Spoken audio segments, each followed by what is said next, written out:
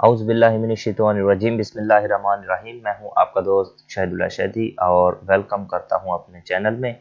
तो आते हैं जी अपने वीडियो की तरफ।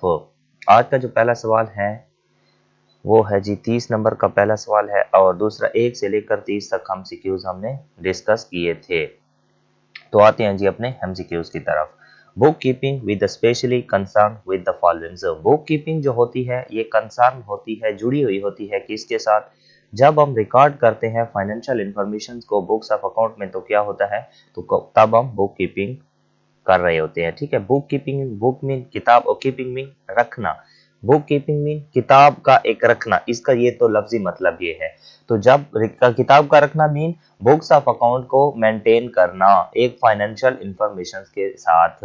जब हम रिकॉर्ड करते हैं फाइनेंशियल इंफॉर्मेशन की, जब भी हमारे बिजनेस में फाइनेंशियल इंफॉर्मेशन कौन सी होती है, जिसका हमें जो हमारा कारोबार है, या हमें एक फाइनेंशियली फायदा हो, ठीक है, तो वो क्या होगी, हमारी फाइनेंशियल इंफॉर्मेशन होगी। इस तरह जितनी भी इवेंट्स होती हैं हम रिकॉर्ड करते हैं बुक्स ऑफ अकाउंट में, उसे क्या कहते हैं, बुक कीपिंग। वो कंसर्न होती है रिकॉर्डिंग द फाइनेंशियल इंफॉर्मेशन के साथ। तो बुक कीपिंग में कौन कौन सी चीजें आ सकती हैं, फर्ज किया मैं आपको एक मिसाल दे रहा हूँ। ठीक है, बहुत सारी चीजें इसमें, बहुत सारी तकरीबन जितनी चीजें हैं वो इसमें आ जाती हैं। जैसे सेल्स हो गया, परचेज हो गया, पेमेंट्स की, रसीद की, ये एक मोटी मोटी बातें, ठीक है, तो इसमें आ जाती हैं। तो उसके बाद है जी 31 नंबर पे हमारे पास जो क्वेश्चन है, financial accounting provide the financial information to all of the following internal user expect. ठीक है, उसने कहा है फाइनेंशियल अकाउंटिंग जो होती है हमें मुहैया करती है मालियाती इंफॉर्मेशन, मालियाती मालूमात to all the following internal user expect. तो वो इंटरनल यूजर एक्सपेक्ट कौन से होते हैं? ठीक है, सबसे पहले समझते हैं जी फाइनेंशियल। ठीक है, financial accounting provides financial information. तो फाइनेंशियल इंफॉर्मेशन जो पहले मैंने आपको डिस्कस की कि फाइनेंशियल इंफॉर्मेशन जिसको हमें फाइनेंशियली, कारोबार को हमें फाइनेंशियली फायदा बेनिफिट हो, तो वो कौन सी इंफॉर्मेशन है? Financially information.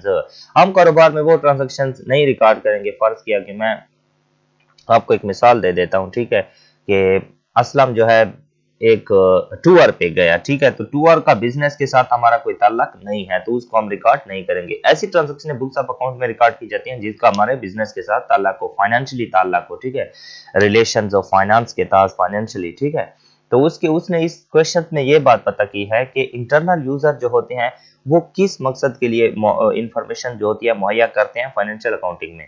Financial accounting provide the financial information to all of the following internal users. सबसे पहले इसके कॉन्सेप्ट को समझें कि इंटरनल यूजर कौन से होते हैं और एक्सटर्नल यूजर कौन से होते हैं। इंटरनल यूजर्स फर्ज करें कि ये है जी मैनेजमेंट हो गया या कोई ऑर्गेनाइजेशन है, उसमें ये जितने भी बंदे इसमें काम कर रहे हैं ये कौन से हैं जी, ये इंटरनल यूजर हैं। तो इंटरनल यूजर में कौन से आ जाते हैं जी, मैनेजर्स वगैरह। मैनेजर्स कौन से होते हैं? मैनेजर्स कॉन्सेप्ट मतलब जो उस मैनेजमेंट को जो ऑर्गेनाइज कर रहे होते हैं। ठीक है, जिस तरह मैं आपको एक कॉलेज की मिसाल दे देते रहूं, ठीक है, तो प्रोफेसर साहब हो गए, क्लर्क साहब हो गए, ठीक है, तो वो हमारे कॉलेज की मैनेजमेंट को चला रहे होते हैं, तो वो कौन से होते हैं? इंटरनल यूजर जिस तरह कहते हैं। और एक्सटर्नल यूजर कौन से होते हैं? इन्वेस्टर्स। आप सोच रहे होंगे इन्वेस्टर्स भी तो हमारे कारोबार में वो, लेकिन डायरेक्टली नहीं होते, इनडायरेक्टली होते हैं। ठीक है, वो पैसा लगाते हैं, ठीक है, एक सीक्वेंस के थ्रू पैसा उसमें क्या होता है, सर्कुलेट होता है। क्रेडिटर जिन्होंने हमारा कर्जा देना, ठीक है, उनका एक अलग कंसर्न है। ठीक है, तो इसको इंटरनल इन्वायरमेंट के, इसके इन्वायरमेंट को समझते हैं। ठीक है, एक होता है इंटरनल इन्वायरमेंट को अगर आपको इन्वायरमेंट की समझ आ गई तो इंशाल्लाह आपको ये यूजर, इंटरनल यूजर और एक्सटर्नल यूजर का कॉन्सेप्ट बिल्कुल 100% समझ आ जाएगा। तो पहले इंटरनल को समझने की कोशिश करते हैं, इसमें मैं अप्लाई करूंगा। ये है जी इंटरनल इन्वायरमेंट। इंटरनल इन्वायरमेंट में क्या चीज आती है? सबसे पहले ऑर्गेनाइजेशन कल्चर। ऑर्गेनाइजेशन कल्चर कौन सा होता है? ये ऑर्गेनाइजेशन कल्चर है, मार्केटिंग डायरेक्टर्स हो गया, फाइनेंस डायरेक्टर्स हो गया, ऑपरेशन डायरेक्टर्स, ठीक है, कि उस ऑर्गेनाइजेशन जो है उसका कल्चर क्या है, ठीक है, उसके वो ऑर्गेनाइजेशन उसकी नेचर्स क्या है, उसको ऑर्गेनाइजेशन में कैसे अडॉप्ट किया जाएगा। एक साइड पे जो एक मार्केटिंग डायरेक्टर्स है, मार्केटिंग डायरेक्टर्स का एक अपना सीक्वेंस बना हुआ है, ठीक है, वो मार्केटिंग मैनेजर्स को डायरेक्ट कर रहे होते हैं। मार्केटिंग डायरेक्टर्स एक सेल्स टीम को डायरेक्ट कर रहे होते हैं। सेल्स जो होते हैं वो कस्टमर्स को, मतलब एक सीक्वेंस के थ्रू एक कल्चर बना होता है। इसी तरह फाइनेंस का कल्चर डायरेक्टर्स है, वो फाइनेंस की सुपरविजन कर रहा होता है। ये तो एक सारा आपको समझ आ गई होगी, अकाउंट्स असिस्टेंट होगा, ये एक कल्चर्स के थ्रू एक सारी जो सीक्वेंस होते हैं ये बनी होती है। उसके बाद है जी ऑर्गेनाइजेशनल इन्वायरमेंट, ऑर्गेनाइजेशंस का इन्वायरमेंट कैसा है, अच्छा है, लोगों का बिहेवियर कैसा है, ठीक है, मैनेजर्स हो गया उसका फाइनेंस के साथ बिहेवियर कैसा है, मतलब एक जितनी भी हमने ऑर्गेनाइजेशंस के बारे में मालूमात इकट्ठी की है या जितनी भी पढ़ेंगे उसके बारे में, ठीक है, तो उनका उनके साथ क्या रिलेशंस है, ताल्लुकदारी क्या है, इन्वायरमेंट और इन्वायरमेंट ऑफ द ऑर्गेनाइजेशंस, ठीक है। ये उसके बाद उस ऑर्गेनाइजेशन जो हम पढ़ रहे हैं उसका मिशन क्या है, ठीक है, मिशन और विजन आपने पढ़ा होगा, एक मिशन स्टेटमेंट थी, विजन स्टेटमेंट थी, विजन मिशन, उसका मिशन क्या है। अभी मैं आपको इसकी मिसाल दे देता हूं, ठीक है, कि मैनेजिंग डायरेक्टर जो है ये सबको मैनेज कर रहा है, मार्केटिंग को मैनेज कर रहा है, मार्केटिंग मैनेजर्स को मैनेज कर रहा है, ठीक है, इसको मैनेज कर रहा है, इसको मैनेज कर रहा है, इसको भी मैनेज कर रहा है, तमाम को क्या कर रहा है, मैनेज कर रहा है। तो उसका मिशन क्या है कि हमारी जो मैनेजमेंट है उसकी मार्केट में एक बेहतरीन किस्म की पोजीशंस रहे, ताकि कोई कंपटीटर हमारा मद्दे मुकाबिल ना हो। मैं आपको एक मिसाल देता हूं, ठीक है, आप अप्लाई कर दें, जिस तरह अभी सैमसंग मोबाइल जो है, सैमसंग हो गया, तो अभी उसने क्यू को बिल्कुल डाउन कर दिया, क्यू मोबाइल की जो कंपनी है उसको बिल्कुल डाउन कर दिया। तो उसका क्या था, उसका मिशन इतना स्ट्रॉन्ग था, उसने प्रोडक्ट पे इतना जोर लगाया, ठीक है, कि क्यू मोबाइल की कोई भी जगह ना रही। तो इसी मतलब उसकी आप इस तरह समझे कि मैनेजमेंट डायरेक्टर, जिस तरह मैं आपको कार मैंने मोबाइल्स वाली मिसाल दी, आप उस पर अप्लाई करें। पॉलिसीज क्या होती हैं, पॉलिसीज में जो इम्प्लीमेंटेशन कर देते हैं, मतलब पॉलिसीज जो बनाई जाती हैं, ठीक है, वो अपर लेवल से मैनेजमेंट से बनाई जाती हैं, और रिसर्च कर रहे होते हैं वो लोअर से लोअर मैनेजमेंट में। फर्ज करें मैं आपको मिसाल देता हूं, एक बड़ी बेहतरीन किस्म की मिसाल है, इंशाल्लाह आपको बड़ा मजा करेगी। ये है जी मैनेजिंग डायरेक्टर्स, पॉलिसीज के मुतालिक हम पढ़ रहे हैं, ठीक है, ये याद रहे पॉलिसीज की। तो मैनेजिंग डायरेक्टर्स ने इन सब जो जितने भी ये मैनेजर्स बैठे हुए हैं, इनको कहा कि सर आप इस तरह करें कि फर्स्ट जो है, अभी तो मार्च है ना, तो अप्रैल से आप इस तरह करें कि जितने भी मतलब इसने ऑर्डर्स इशू किया, पॉलिसी बनाई क्या कि आपने जो है ड्यूटी करनी है किस तारीख तक, मतलब अप्रैल से लेकर 1 अप्रैल तक आपने ड्यूटी, ये पहले ड्यूटी कर रहे थे मतलब 8 बजे से लेकर 3 बजे तक। तो उन्होंने कहा है कि हमने एक नई पॉलिसी बनाई है, ठीक है, कि आपने 8 से लेकर मतलब 5 तक ड्यूटी करनी है, और हम आपको इंसेंटिव देंगे, ठीक है, इसको बेनिफिट देंगे, बोनस देंगे। तो बहुत सारे जो अट्रैक्टिव थे, तो उन्होंने, तो क्या हुआ, मैनेजर डायरेक्टर जो था, मैनेजिंग डायरेक्टर जो था, इसने क्या पॉलिसी बनाई और दूसरों इन पे क्या कर दी, अडॉप्ट कर दी। तो ये पॉलिसीज भी होती है इंटरनल यूजर में आ जाती है। उसके बाद external internal organisation information informal organisation है। इनफॉर्मल ऑर्गेनाइजेशन कौन सी होती है, जो इन्फॉर्म करती है एक लम्हा बलम्हा, जिस तरह ये 3 किस्म की अगर मैनेजमेंट है, ठीक है, इन्फॉर्म करती है कोई भी ये मसला आ रहा है, मतलब लोअर जो मैनेजमेंट होती है, ठीक है, लो लेवल मैनेजमेंट होती है, इनका कोई मसला है तो वो किसको अडॉप्ट करेंगे, ठीक है, इन्फॉर्म करेंगे मिडल को, मिडल वाले किसको करेंगे, अपर को, और अपर किसको करेंगे, सबसे जो हाई लेवल जो टॉप लेवल मैनेजमेंट होती है। इस तरह एक सीक्वेंस होता है। उसके बाद आते हैं जी, मैं उम्मीद करता हूं ये आपको बिल्कुल समझ आ गई होगी, ठीक है।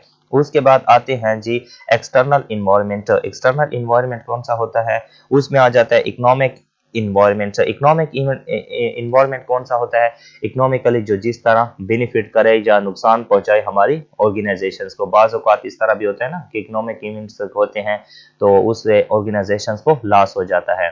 जिस तरह क्यू मोबाइल की आप मिसाल ले लें, ठीक है, क्यू मोबाइल की जो कंपनी है उसको बाहर से जब एक कंपनी बाहर आ गई, ठीक है, तो सैमसंग की जो कंपनी आई मार्केट में, तो उसको क्या हुआ, इकोनॉमिकल इन्वायरमेंट उसका डिस्टर्ब हुआ, तो उसे लॉस हो गया। लेबर कंडीशंस हो गई, उसके बाद लेबर यूनियन हो गई, ये जियोग्राफिकल जितने भी आप इसको आहिस्ता आहिस्ता थोड़ा देख लें। टेक्नोलॉजी हो गई, टेक्नोलॉजी किस तरह फर्ज किया कि हम जो पाकिस्तानी लोग हैं वो सेकंड जनरेशन से या थर्ड जनरेशन, अभी तो 4G आ गया, 4 जनरेशन की जो 3G वगैरह या 4G वगैरह इस्तेमाल कर रहे हैं। अगर मार्केट में कोई फॉरेन के लोग लाते हैं, ठीक है, हुकूमत की एक रजामंदी के साथ 5G या 6G, तो 4G कोई भी यूज नहीं करेगा। तो इस मैनेजमेंट को क्या होगा, एक्सटर्नली इफेक्ट करेंगे, ठीक है। तो ग्लोबलाइजेशन क्या होती है, इसमें थोड़ा गवर्नमेंट की कौन सी पॉलिसीज होती हैं, फर्ज किया कि गवर्नमेंट जो पॉलिसीज बनाती हैं वो हमारी एक्सटर्नल मैनेजमेंट के बिल्कुल खिलाफ होती है, तो वो भी डिस्टर्ब करेंगी। तो बात आपको ये समझनी चाहिए, कॉन्सेप्ट इसको समझना चाहिए क्या चीज किसकी समझना चाहिए कि एक्सटर्नल कौन से होते हैं और इंटरनल कौन से होते हैं और एक्सटर्नल कौन से होते हैं। तो एक्सटर्नल कौन से होते हैं, वो जो कस्टमर्स हो गए, और दूसरा जो गवर्नमेंट्स हो गई, टेक्नोलॉजीज हो गई, ग्लोबलाइजेशन हो गई, ये जितने भी हैं आप इनको अप्लाई कर सकते हैं एक्सटर्नल। इंटरनल में कौन से आते हैं, मैनेजमेंट जो पॉलिसीज बना रहे होते हैं, ठीक है। तो ये सारे क्या है, इंटरनल यूजर्स हैं। उसके बाद आते हैं जी, cost refer to the amount spend but not expired. बहुत सारे जो स्टूडेंट्स हैं वो कंफ्यूज हैं कि what is the difference between cost and expense, ठीक है। तो ये बहुत लॉजिक वाली बात है, ठीक है। इसके होते हैं सेंस, ठीक है। कोई भी बात आदमी करता है तो उसके सेंस होते हैं, ठीक है। सेंस समझने की जो कुव्वत होती है, जिस तरह मैं अभी कहता हूं कि मैं मिसाल देता हूं कि इसकी कास्ट प्राइस क्या है, ठीक है। तो मैं कहता हूं कि cost, tell me about the cost. तो आपने कास्ट जितने तक पढ़ा होगा उसके मुतालिक जितने भी आपको सेंसेस पता होंगे वो आप रिप्रेजेंट कर देंगे। तो फर्ज करें कि मैंने पता किया सेल्स कास्ट के बारे में, अभी आप बता रहे हैं कास्ट की डिफिनेशन, तो ये सेंस है ना, समझने की बात है। तो मैं इसको थोड़ा सा डिफाइन करता हूं कि कास्ट क्या होती है। सबसे पहले कास्ट वो चीज होती है, एक तो होती है मतलब एक चीज की लागत को क्या कहते हैं जी, कास्ट। कास्ट को क्या कहते हैं, लागत। दूसरा होता है एक्सपेंस। अभी मसला पैदा, एक्सपेंस मीन खर्चा वगैरह, ठीक है। तो कास्ट क्या होती है, कास्ट वो होती है जिससे हमने अभी तक फायदा नहीं लिया होता, उसको क्या कहते हैं जी, कास्ट। दूसरा एक्सपेंस क्या होता है, या तो हम उससे फायदा ले चुके होते हैं या हम उससे लेने वाले होते हैं, ठीक है। कास्ट हमारी तब क्या बन जाती है, एक्सपेंस बन जाती है। फर्ज करें, मैं आपको मिसाल देता हूं, ठीक है, कि एक मंथ था, हमने उसका रेंट अदा कर दिया। जब अदा कर देते हैं तो हम उसको दे देते हैं, ठीक है। तो सेंस को समझे, ठीक है। मैंने उसको एक मंथ का एडवांस दे दिया, या उससे क्या था, उसका एक मंथ हमने क्या किया, उसकी फैक्ट्री को जो कमरा था उसमें मैन्युफैक्चरिंग का काम किया, तो उसको क्या कर दिया, अदायगी कर दी, पेमेंट्स कर दी। तो ये हमारी क्या बन गई, हमारा एक्सपेंस बन गया। तो कॉस्ट क्या होगा, फर्ज किया कि हमने अभी एक चेयर्स बनाई, चेयर्स पे आपने फिर वो क्या लगवा दिया, लकड़ी लगवा दी, मेखें वगैरह लगवा दी, पॉलिश लगवा दी। तो ये जितनी भी, जब तक कुर्सी जो बिकेगी नहीं तब तक हम उसको क्या करेंगे, कास्ट में रिप्रेजेंट करते रहेंगे, ना कि एक्सपेंस वगैरह में, ठीक है। कास्ट वो होती है जिससे हमने अभी बेनिफिट लेना होता है, फायदा लेना होता है, ठीक है। और एक्सपेंस से क्या होता है, हम ले चुके होते हैं। इसका ये भी कॉन्सेप्ट है, ठीक है। दूसरा इसके सेंस को समझना है, ठीक है। उसने कहा अमाउंट स्पेंट, जो हमने पैसा जो है स्पेंड कर दिया, बट नॉट एक्सपायर्ड, अभी एक्सपायर्ड नहीं हुआ है, ठीक है। तो ये था कॉस्ट का कॉन्सेप्ट। उसके बाद है जी 33 नंबर पे हमारे पास जो क्वेश्चंस हैं, उसने the total of the direct labour cost and factory overhead cost is called conversion cost. बिल्कुल ठीक है। कन्वर्जन कॉस्ट कौन सी होती है, जब हम डायरेक्ट लेबर जो होती है उसको जमा करते हैं किसके साथ, फैक्ट्री ओवरहेड के साथ, तो क्या बन जाती है, हमारी कन्वर्जन कॉस्ट हो जाती है। कन्वर्जन कॉस्ट इसे क्यों कहते हैं, कन्वर्जन कॉस्ट इस वजह से कहते हैं कि जब हमारी एक रॉ मटेरियल पे, और दूसरा क्या होता है, सॉरी डायरेक्ट लेबर और ये फैक्ट्री ओवरहेड, ये हम जब प्लस कर लेते हैं, ठीक है, जब हमारा ये प्लस हो जाता है या जमा कर ले जाते हैं, तो हमारी कन्वर्जन, तो रॉ मटेरियल जो क्या हो जाता है, कन्वर्ट हो चुका होता है थोड़ा बहुत, इसी वजह से इसे क्या कहते हैं जी, कन्वर्जन कॉस्ट, कन्वर्जन, ठीक है। तो इस वजह से इसे कन्वर्जन कॉस्ट हो जाते हैं। अगर आज बात के डायरेक्ट मटेरियल हो गया और दूसरा डायरेक्ट लेबर, तो इसको जब हम जमा करते हैं तो क्या आएगा, इज द प्राइम कॉस्ट। तो प्राइम कॉस्ट इस वजह से कहते हैं, ठीक है जी, कन्वर्जन कॉस्ट इस वजह से कहते हैं। उसके बाद है जी 34 नंबर पे हमारे पास जो क्वेश्चंस है, this is very important questions. If the applied factory overhead is the greater than the actual factory overhead, the difference is called over applied FOH। अभी सवाल पैदा होता है, सर ये क्या होता है कि अप्लाइड FOH कौन सा होता है, ठीक है, आपने पढ़ा होगा अप्लाइड FOH कौन सा होता है, और दूसरा क्या था, एक्चुअल FOH कौन सा होता है। This is very important and very easier. इंशाल्लाह जब ये पढ़ लेंगे तो आप खुद अंदाजा लग जाएगा कि क्या होता है। तो इसको समझने की कोशिश करते हैं। मैं आपको मिसाल देता हूं कि ये एक आदमी है जिसका नाम कोई भी हो सकता है, ठीक है, इसका नाम सालार, ठीक है, इसका नाम सालार, ठीक है। इस मिसाल को समझे, इंशाल्लाह ये क्लियर हो जाएगा। तो इसने कहा कि इंशाल्लाह ये जो यकम आएगी अप्रैल, 1 अप्रैल आएगी तो मैं शादी करूंगा, ठीक है। तो शादी के लिए मुझे कुछ बजट की जरूरत भी फिर तो पड़ेगी, गेस्ट को बुलाऊंगा, दोस्तों को बुलाऊंगा, ठीक है, रिलेटिव्स को बुलाऊंगा, तो मेरा तो खर्चा तो होगा ना। तो इसने क्या कहा, इसने क्या किया, तो इसने कुछ मैनेज कर लिया। इसने कहा कि मैं, फर्ज करें कि अगर मैं अप्लाई करता हूं, ठीक है, अप्लाइड एफओएच को कॉन्सेप्ट को समझ रहे हैं, ठीक है, अप्लाइड के कॉन्सेप्ट को। तो इसने कहा कि क्या किया कि ये जो गेस्ट आएंगे उनको खाना भी खिलाऊंगा, पेप्सी पिलाऊंगा, और दूसरा बहुत सारी चीजें जो होती हैं मैरिज हॉल वगैरह और बहुत सारी पार्टीज वगैरह भी दूंगा, तो सब ये इंसेंट ये जो जितने भी होंगे इनको एक जमा कर लूंगा। तो इसने क्या लगवाया, अंदाजा लगवा दिया, अंदाजा लगवाया कि अभी जो है मेरा जो शादी पे है वो 10 लाख का खर्चा होगा, 10 लाख का खर्चा होगा। तो जब शादी हो गई और जब एक कैलकुलेशंस की गई, तो इसने जो अप्लाई किया था 10,000, ठीक है, ये जो किया था 10,000, तो वो क्या हो गया, उससे मतलब 10,000 की बजाय इसका लग गया 11 लाख, सॉरी 10 लाख की बजाय इसका कितने लग गया, 11 लाख। तो वो जो बजट था एक्चुअल वो एफ होता, ठीक है, 10 लाख जो थे उसके क्या थे, एक्चुअल फैक्ट्री ओवरहेड थे, और दूसरा अप्लाई उसने कौन से किए, 11 लाख वाले अप्लाई कर दिए, ठीक है। तो ओवर अप्लाइड क्यों हो गया, ठीक है, ओवर मीन उसके ज्यादा हो गया, उसके बजट उसने तखमीना लगवाया था उससे ज्यादा हो गया। तो over applied FOH, over applied FOH क्या होता है कि उसमें उसका जो 1 लाख है वो ओवर हो गया एफओएच से, ठीक है। फैक्ट्री में जितने भी खर्चे किए जाते हैं, फर्ज किया कि एक फैक्ट्री का जो एक मैनेजर है उसने इस तरह कहा कि ये जो प्रोडक्शन करेंगे उस पे हमारा इतना खर्चा आएगा, तो वो एक्चुअल वो खर्चा वो नहीं आता, असल खर्चा नहीं आता, वो उससे तजावुज कर जाता है, तो उसे क्या कहते हैं जी, ओवर अप्लाइड एफओएच। अप्लाइड वो होता है जो उस पे अप्लाई कर रहा होता है, और एक्चुअल फैक्ट्री ओवरहेड्स वो एक्चुअल क्या होता है, जो असल होता है, ठीक है। फर्ज करें उसने कहा कि 10,000 का तखमीना लगवाया, तो 10,000 वो हो गया। अच्छा फर्ज करें कि वो क्या होता है, मैनेजर जो होता है, बाज़ औक़ात इस तरह भी होता है कि फैक्ट्री ने उसने कहा कि 10 लाख की जो प्रोडक्शन होगी, मैं 10 लाख की प्रोडक्शन को किस तरह करूंगा। मैं एक दूसरी मिसाल देता हूं, आपको क्लियर हो जाएगा कि अंडर का कॉन्सेप्ट क्या है। तो फर्ज करें कि उसने कहा कि ये मैन्युफैक्चरिंग, ये एक गाड़ियों की एक फैक्ट्री है इस मालिक की, ठीक है, इस मालिक की गाड़ियों की फैक्ट्री है।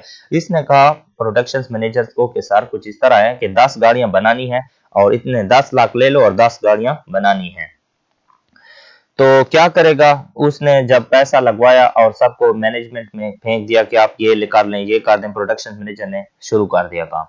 तो वो 10 लाख 10 गाड़ियां हमने बनानी थी। जब वो 10 लाख हमारे पूरे हो जाएंगे किसके ऊपर, हमारे पूरे हो जाएंगे किसके ऊपर, जो हमने प्रोडक्शन अभी हम कर रहे थे, ठीक है, तो वो हमारा क्या होगा उसको कहते हैं फेवरेबल अप्लाइड एफओएच। मतलब हमने जो जितना बजट लगवाया था, जो तखमीना लगवाया था, उसको हमने पूरा उस पे उतरे। अगर वो उससे ऊपर हो जाता है तो वो क्या होगा जी, ओवर अप्लाइड एफओएच।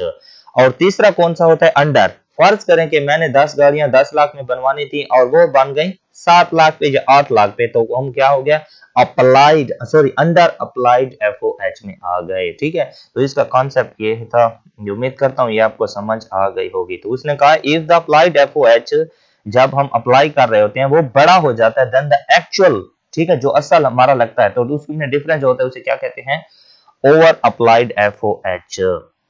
एस्टिमेटेड भी वही होता है जो हमने एस्टिमेट लगवाया होता है, ठीक है। उसके बाद है जी machinery purchase during a year, साल के दौरान एक मशीनरी की खरीदी है, तो वो हमारी क्या है, तो वो हमारी जी कास्ट है, एक्सपेंस नहीं है, एक्सपेंस, ठीक है, एक्सपेंस इतने मशीनरी के लिए, वो एसेट जब हम खरीदते हैं तो वो हमारी कॉस्ट नहीं होती, सॉरी वो एक्सपेंस नहीं होता, वो हमारा कॉस्ट होता है। अच्छा फर्ज करें कि आज है कि अच्छा वो इंशाल्लाह नेक्स्ट वीडियो में समझाऊंगा कि ये रेवेन्यू जिस तरह एक्सपेंडिचर्स होता है और कैपिटल एक्सपेंडिचर्स वो क्या होता है, इंशाल्लाह वो नेक्स्ट वीडियो में सिखाऊंगा। तो उसमें machinery purchase during the years वो क्या है जी, कास्ट है। तो दुनिया क्या होता है, वो सारी जो मतलब कॉमर्स की जो फील्ड है उसमें 3 किस्म के बिजनेस होते हैं। एक मर्चेंडाइजिंग बिजनेस होता है, ठीक है, मर्चेंडाइजिंग बिजनेस क्या होता है, अशिया क्या होता है, वो दूसरा चीजें बेचते हैं, बनी बनाई जो चीजें बेचते हैं उसको क्या कहते हैं जी, मर्चेंडाइजिंग बिजनेस। दूसरे नंबर पे हमारे पास जो बिजनेस है वो है जी सर्विसिंग बिजनेस, जो हम सर्विस अशिया और खिदमत का जो कारोबार करते हैं, ठीक है, उसे सर्विसिंग बिजनेस कहते हैं। मर्चेंडाइजिंग बिजनेस की कौन सी, मोबाइल्स की दुकान हो गई, कंप्यूटर्स की दुकान हो गई, ठीक है, तो वो लोगों को चीजें बनी बनाई दे रहे होते हैं, तो वो क्या है जी, मर्चेंडाइजिंग बिजनेस। सर्विसिंग बिजनेस कौन सा होता है, ये जो बार्बर वगैरह हो गया, ठीक है, दूसरा ब्यूटी पार्लर्स वगैरह हो गया, और बहुत सारे बिजनेस हैं, ठीक है, सर्विसेज ये ट्रैवल एजेंसी होगी, ठीक है इसमें। तो उसके बाद क्या है, मैन्युफैक्चरिंग बिजनेस, वो जो हम चीजें बनाने का कारोबार करते हैं, जिस तरह गाड़ियों की फैक्ट्री वगैरह हो गई सब, ठीक है। ये 3 किस्म के बिजनेस थे। तो उसके बाद आते हैं जी, चश्मा sugar mills is the manufacturing concern. तो इसमें चीजें हम बनाते हैं, ठीक है। तो वो क्या है जी, मैन्युफैक्चरिंग कंसर्न है, ट्रेडिंग कंसर्न नहीं है। उसके बाद है जी, the salary is paid to the sales staff और refer to the selling expense, क्योंकि हमारा सेल्स का ताल्लुक है ना, ठीक है। सैलरी अदा कर दी गई सेल्स स्टाफ को, तो वो क्या है जी, सेल्स एक्सपेंस है, सेलिंग एक्सपेंस है, not a direct labour and indirect labour. इसके भी कॉन्सेप्ट को थोड़ा सीख लेते हैं। डायरेक्ट लेबर कौन सी होती है, डायरेक्ट लेबर जो हमने मजदूर लगवाए होते हैं कंपनी में, ठीक है, ये जो है काम कर रहे हैं, और ये मजदूर वगैरह जितने भी होते हैं वो क्या होते हैं, डायरेक्ट लेबर्स। और दूसरा इनडायरेक्ट लेबर्स कौन से होते हैं, जो सुपरवाइजर होते हैं, ठीक है, सुपरवाइजर हो गए, सिक्योरिटी गार्ड्स हो गए, जो हमारी मैनेजमेंट्स को FOH जो फैक्ट्री होती है, फैक्ट्री ओवरहेड जो होती है उसको चला रहे होते हैं, ठीक है। सुपरवाइजर हो गए, टाइम कीपर हो गए, और दूसरा मशीनरीज वगैरह को ऑपरेट कर रहे होते हैं, ठीक है। तो इसको भी थोड़ा डीपली डिस्कस करते हैं, ठीक है। डायरेक्ट लेबर्स कौन सी होती है, डायरेक्ट लेबर्स वो होती है, और डायरेक्ट कास्ट और इनडायरेक्ट कास्ट का भी आपको पता चल जाएगा। डायरेक्ट लेबर जो होती है वो चीज होती है जिसको इंक्रीज किया जाए या डिक्रीज किया जाए तो उसका प्रोडक्शन पे इफेक्ट होगा, ठीक है। दोबारा मैं दोहरा देता हूं कि डायरेक्ट लेबर या डायरेक्ट कास्ट वो होती है जिसको इंक्रीज किया जाए या डिक्रीज कर दिया जाए तो उसका प्रोडक्शन पे इफेक्ट होगा। मैं मिसाल देता हूं, ये 3 बंदे जो हैं लाले हैं, ठीक है, ये एक आदमी ये रहा और एक आदमी ये रहा और एक आदमी ये रहा। तो ये दिन में बनाते हैं एक गाड़ी, ठीक है, दिन में क्या बनाते हैं, एक गाड़ी। फर्ज करें कि अगर हम एक बंदे को बिल्कुल छुट्टी दे देते हैं तो वो क्या एक गाड़ी बना पाएंगे, नो नेवर, ठीक है, वो नहीं बना पाएंगे। क्यों, क्योंकि एक आदमी को हमने कम कर दिया। तो ये हमारी कौन सी कास्ट हो गई, direct, direct cost as the direct labours, ठीक है। ये बड़ी डीपली डिस्कस, इस पे मैंने बड़ी रिसर्च की और बाद रिसर्च करने के बाद मुझे ये बात पता चली कि डायरेक्ट लेबर तो ये होता है। हालांकि हमने जो ये क्लासेस में टीचर से भी, ठीक है, वो भी डिस्कस किया था, तो वो बात को घुमा देते थे इधर उधर, ठीक है। तो ये मैंने बड़ा गेन किया, बड़ा अरसे के बाद ये बात मुझे पता चली कि डायरेक्ट लेबर क्या होती है और डायरेक्ट कास्ट कौन सी होती है। तो याद रहे कि डायरेक्ट लेबर या डायरेक्ट कास्ट वो होती है जो हमारी प्रोडक्शंस को इंक्रीज और डिक्रीज किया जाए तो उसका इफेक्ट जो है प्रोडक्शंस पे होता है। किस तरह, मैंने अभी एक गाड़ी बनाते हैं 3 आदमी, तो क्या है, अगर एक आदमी को कम कर दिया जाए तो वो क्या होगा, उसका इफेक्ट प्रोडक्शन पे होगा। तो वो कौन सी होगी, it is the direct labours.